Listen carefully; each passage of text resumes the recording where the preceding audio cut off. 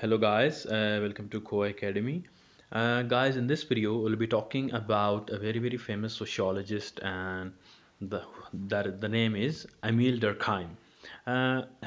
Do keep a pen and pencil with you and a register, because if you take notes with me throughout the lectures, then you will be you will be in a very good position to discuss Emile Durkheim, his major concepts in suicide, division of labor, and social mobility and social integration. We will be able to discuss this. We'll talk about Emile Durkheim in a very holistic way. So stay with me for just 20 minutes and you will be in a very good position. So talking about Emile Durkheim, he is famously known as the founding father of modern sociology. The founder of sociology, we often consider Auguste Comte, but as far as modern sociology is considered, we the name which comes to our mind is Emile Durkheim, because he studied sociology from a very different perspective. He talked about the concept of suicide. He It was his very seminal work, and he compared the suicide rates in different countries, and he came up with a reason that why suicide rates are high in some countries and relatively lower in some other countries. And he said that this explains that suicide is not a sort of psychological issue, rather it's a social issue. And because of the social variance, the suicide rates also vary.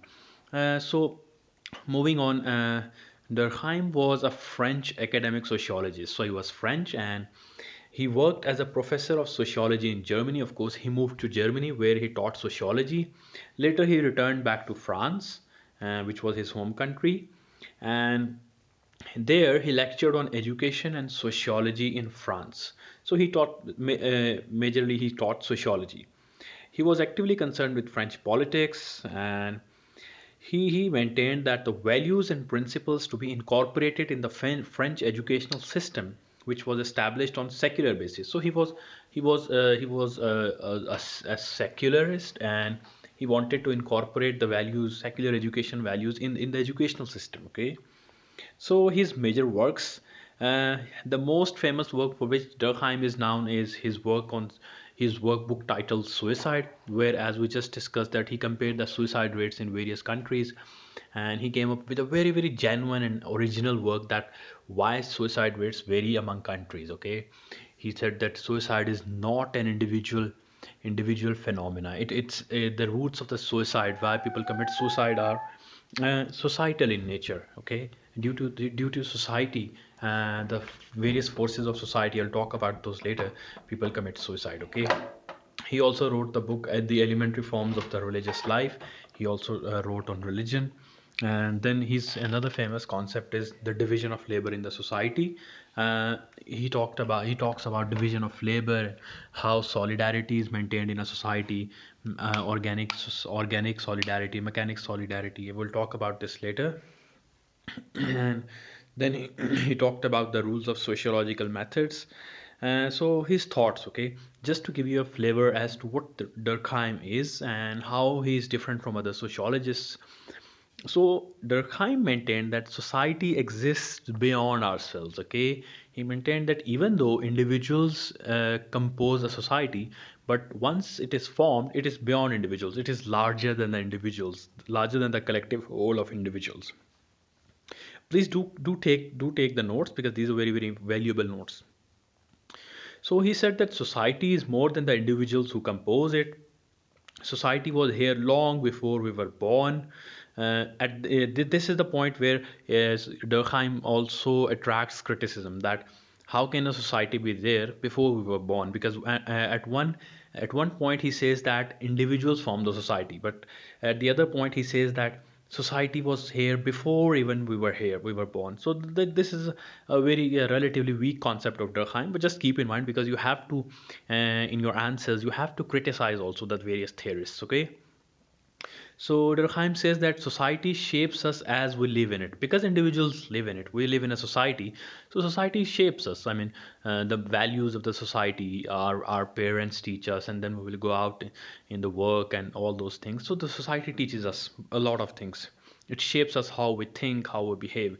So society will remain long after we are gone. So yes, even though individuals make the society collectively, but then society, take a life of its own. It remains even if beyond, even if we are gone. Okay, so society has the power to guide our thoughts and actions. So yes, society when it is formed, uh, individuals form it, but it takes it takes a separate personality, and it guides us. It affects how we think, how we behave, how we feel. Okay, so this concept, of course, is according to Durkheim, it was a marked difference between sociology, biology, and psychology.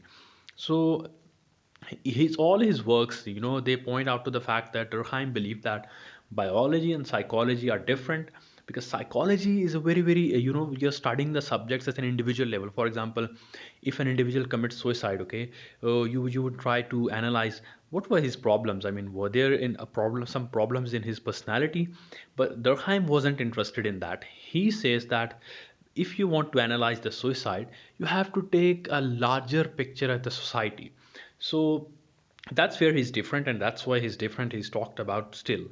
Therefore, cultural norms, values, beliefs are the objective realities. He says that culture, as opposed to some sociologist, is not abstract in nature. Okay, it's as real as I or you, as physical objects, because it exists. Okay, and it affects everybody. So it's a reality, objective reality.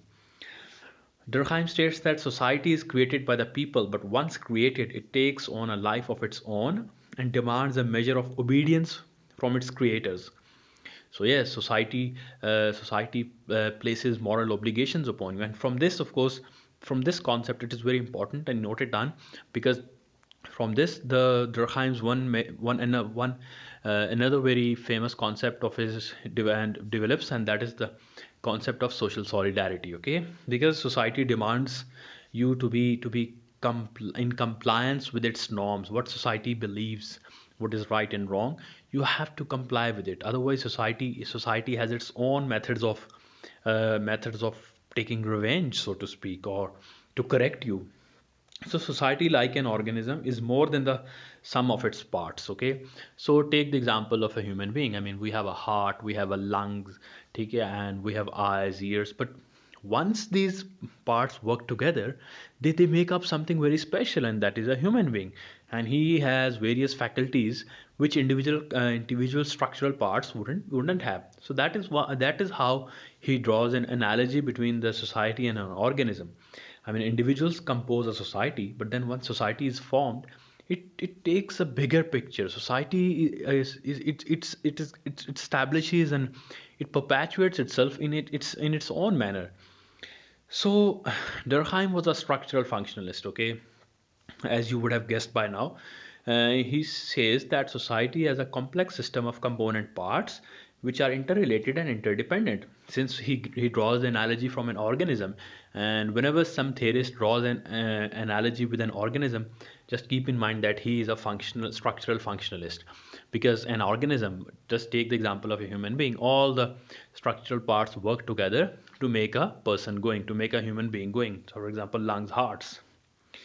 Okay, so talking about personality, individual personality, Durkheim says that society is in ourselves. We as individuals, we are not unique. Okay, he says that we are the reflection of the society. If society has certain values, then those values will be inculcated in individuals. Okay, so society is not beyond ourselves, but in ourselves. At the one point he says that society is longer than, so society has longevity. Okay, it lives beyond us, but he says that it is not beyond ourselves, in the sense that it is in ourselves. You can't just look at society and individuals from different lens. You have to see them from the same lens. Whatever society is, and the members of the society are the reflection of the society. And that's why when he studied suicide, he did not study individuals. Okay, he studied the causes of suicide at a societal level. So he provides moral discipline. So he believes that society provides moral discipline that guides our values. So once again, he says that society actually moderates our behavior. Society expects us, and it makes sure that we believe in the way society wants us to. So human beings need the restraint of the society. Then the concept of anomie, okay, modernity and anomie. This was a very very important concept of Durkheim, and just note down what I will say right now. So modern societies impose few conditions. He says that previous, pre-industrial societies, the bonds were very very very thick among the members of the society. People were very well knitted. Okay, they had this connection between them, okay, these emotions between them. But modern societies, when they grow large as a result of capitalism and industrialism, then there are few conditions being imposed upon individuals. I mean, people have this liberty of choosing what they want, okay. So anomie is the concept. It is a condition in which society provides little moral guidance to the individuals. Okay, so there is sort of normlessness. Okay, society is organized or structured on different grounds. It's organized on people working in silos. Okay, people do jobs. They work in very specialized conditions. So they are not like kins. Okay, they are not related to each other like in the traditional societies, that they don't have time to talk to each other. So there is anomie, normlessness. Society does not impose restrictions on individuals. Rather, individuals are working like machines, and they have their own social lives. Okay, so industrial societies led to the sudden fame and wealth for some individuals, thus breaking all the social and cultural ties and social support. So yes, when people come to cities, some of the people they get rich very quickly, so they rise in social status. Whereas in the typical post and pre-industrial societies, uh, somebody couldn't get rich because all had to go out and hunt and choose berries for the food. So they lived on bare minimum. All lived on subsistence level. So there was no like some people getting very rich and some becoming very poor. That was not the case, but this was the case in the modern industrialized societies. So when some people get rich and other get poor, there is automatically there's a disconnect between the haves and haves not. Okay, now, this of course concept leads to anomie. Anomie is normlessness, and that normlessness further I will talk in the lecture later in the lecture, that it contributes to the suicide. Okay, so social facts, another very important. Note down this terminology. It's not a just general word. It's a very very specific word. Social facts. Okay, and Durkheim coined it. So Durkheim posits that the domain of sociology is the study of the social facts and not individuals. As I said before, Durkheim was not interested in studying individuals. Okay, he believed that that is the domain of psychology. He said that if you want to study sociology, because he was a professor and he wanted to, you know, just make a new discipline out of it. He said that you have to study social facts, and suicide. His concept of suicide, he called it a social fact. The significance of any social fact is more than what individuals see in their immediate life. Okay, so even if we don't perceive it, but these social facts, for example, suicide, or how we talk to each other, how we believe, and how we think, our emotions, they have a far far greater impact than what we perceive. Okay, social facts help society to operate as a whole. Yes, once again, social facts operate at a societal level, so they help the society operate as a holistic thing. Okay, so societies have their own realities which could not be reduced to the actions and motives of the individuals. As I said, Durkheim was interested in the bigger society, okay, larger societal concept. He was not interested in studying individuals.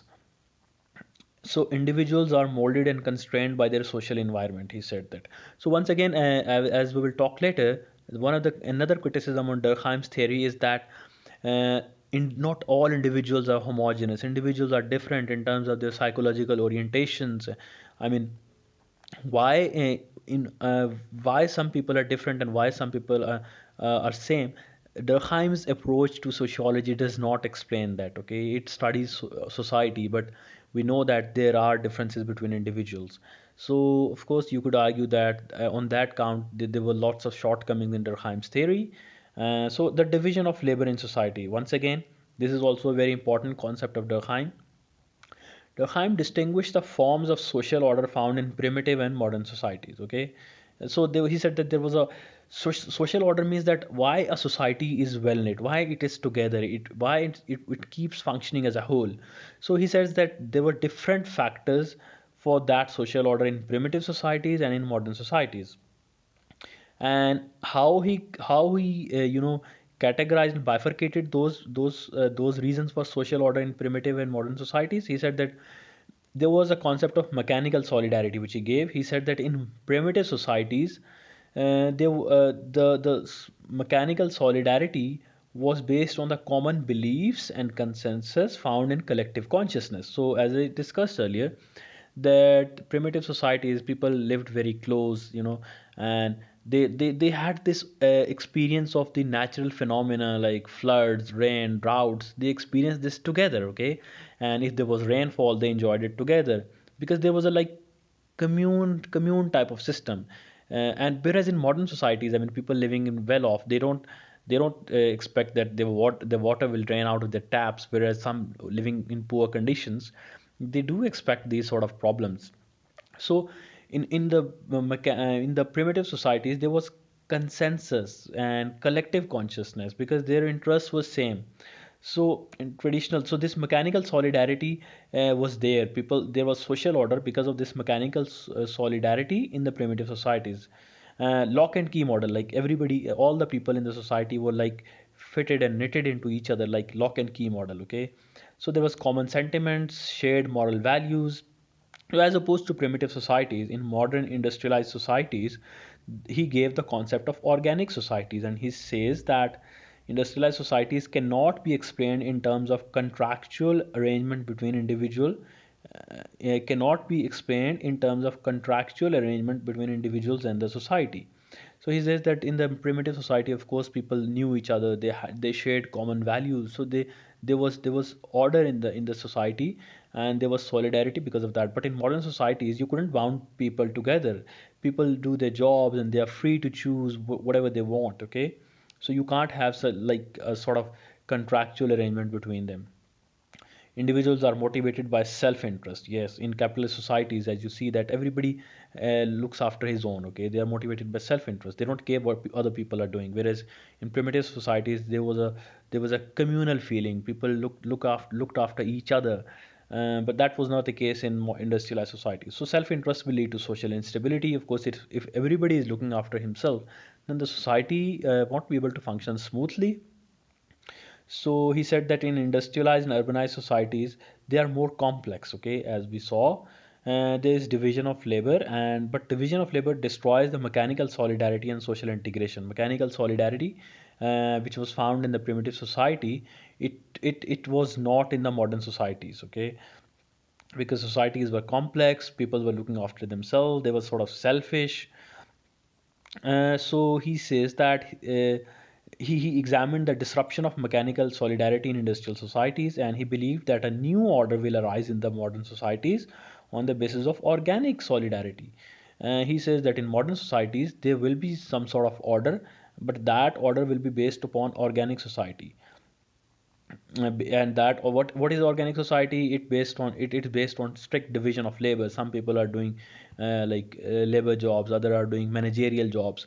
So based upon that, the society will be organized purely on the work patterns of the people. So characterized by the interdependence. See, organic society is talking that organic solidarity is characterized by the interdependence of economic ties arising out of the differentiation and specialization within the modern economies. So you see that in the modern societies, there is division of labor.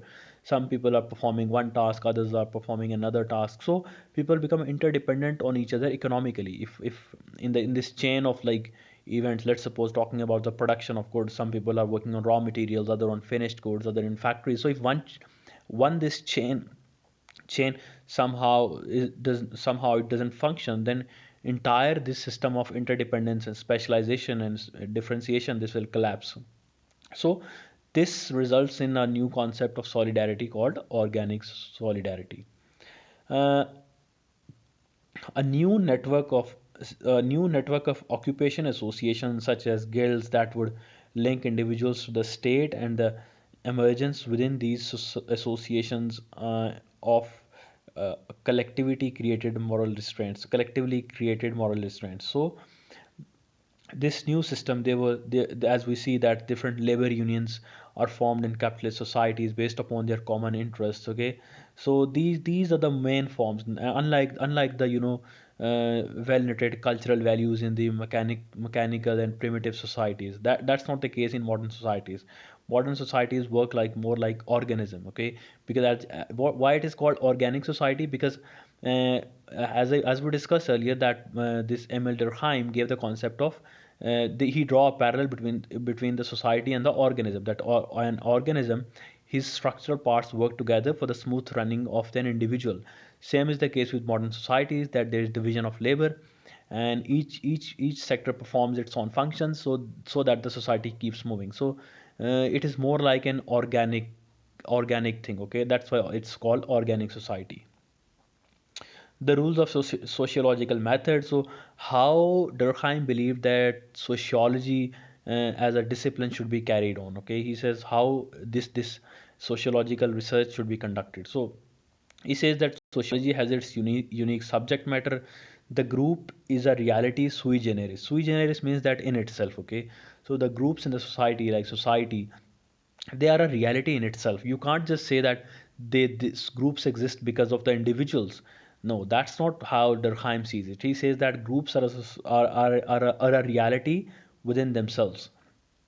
The analysis of group behavior should begin with the study of collective phenomena, not individuals. Okay, like some sociologists believe that since individuals form the society, therefore it is necessary to study the individuals first. Whereas Durkheim says that no, you have to study the behavior of groups or society collectively, because they are a fact sui generis. They exist on their own. So he says that sociology as a science of social facts and social institutions. See, all his theory is focused on social. If he talks about some facts, it's social facts. If he talks about some institutions, these are social institutions. So in observing a social fact, a sociologist must avoid all preconceptions. Of course, all the sociologists believe that sociology should be studied as an unbiased subject. So here Durkheim is also like many other sociologists. Durkheim maintains that the subject matter of every sociological investigation should comprise group phenomenon. Once again, as I said, that he studies Durkheim maintains that society should be studied at a macro level. uh, indirect experiments that in the indirect experiment, that is the comparative method, is the only appropriate method to study the society. What is direct method? Direct method is when you have a hands-on approach. For example, if you are studying a subject, an individual, so you live within them, okay, and you study them. But that is not how Durkheim sees it. He says that indirect experiment, I mean, comparing the different societies, like he did in his work Suicide. He compared the rates in different countries, suicide rates in different countries. He said that that is the way to go about studying different social facts, because sociology is more about collective things. Okay, so he rejected Comte's historical method. Comte was different. He believed he had other ideas like studying individuals and historical phenomena. But Durkheim says that you don't have to study historical, you just have to observe the current social facts. And Durkheim believed that the task of sociology is to know the cause as well as the functions of the social facts. Once again, he's talking about macro level. So the elementary forms of religious life. What Durkheim's how Durkheim sees religion? Well, he made an analysis of collective or group forces to study the religion. He believes that group life is the generating force or source of cause of religion. So once again, he he says that religion is there because of group life, okay, because of society. So religious ideas and practices always symbolize the social group. So what religion a particular society or group has, it's because what that group believes in. Okay, it's not like religion is formed out of somewhere and religion affects the groups. No, he says that religion is also affected by group phenomena. Main function of the religion is the creation, reinforcement, and maintenance of social solidarity. So once the society, once in the society, the concept of religion is there, then the religion reinforces and maintains. And he says that the religion, the function of religion is to reinforce and maintain social solidarity. So moving on, so long as society persists, so long will be the religion. He says that religion, because it helps in maintaining the solidarity within society, then if there is society, there will also be religion. Now this is the very important topic, so if you have stayed with me, then this is the topic which you should focus on: the theory of suicide. Durkheim probably intended to serve the two purposes: to refute the theories of suicide based upon biological, genetic, climatic, geographic, and psychological factors. He said that these were the individual factors, but individual factors were not responsible for suicide. To explain the empirical evidence, uh, to explain with empirical evidence, he his own sociological theoretical explanation. He wanted to explain what he believed, that suicide has larger societal causes. He had his own empirical evidence. No societies in which suicide do not occur. He says that there is no society in the world in which suicides don't occur. Suicides occur all across the world in all societies. It's a normal, regular occurrence. An index of disintegrating forces in the social structure. He says that there is a host of forces which disintegrate the individuals within a society. Different rates of suicides are the consequences of difference in degree and type of social solidarity. Yes, so since Durkheim believed that there is solidarity, social solidarity in the society, in primitive societies it was mechanical, and in modern societies it is organic society. So if there is lack of that solidarity, then people face sort of normlessness. Okay, people don't feel affiliated with the society, and that results in suicides. An individual phenomenon whose causes are social, of course. How it's individual phenomenon, because ultimately an individual commits a suicide, but the causes of that suicide are not biological, they are not psychological. The causes are can be found in the society. Suicidogenic impulses running through the society, he says. Suicidogenic impulses are not running within the individual, they are running within the society. Origin is not in individual. Origin of society, origin of suicide is not in individual but in collectivity. He says that suicide rates vary from one group to another, from one society to another, and from one religion to another. So this is a very important chart, okay, about his types of suicide. So two factors: one is integration, and the second is regulation. If people are integrated within their society, I mean there is integration, too much integration, then people will commit suicide based on altruistic grounds. For example, the example could be like people in the military forces committing suicide, or you could say this is suicide, and some would say that they are dying for a national cause. Then you could talk about warriors and martyrs and who commit suicide based on some ideological reason. So they are too much integrated within their societies, and they commit suicide for altruistic reasons, okay, for a bigger cause. But if there is if you could see the downward arrow, you would see that there is not enough integration. That also results in suicide. The result is egoistic society. In modern societies, people are living in silos, and they are not integrated. So they also sometimes commit suicide. Then if you talk about the horizontal lines, it talks about regulation. If the society regulates your behavior, either too much or too little, then that also results in suicide.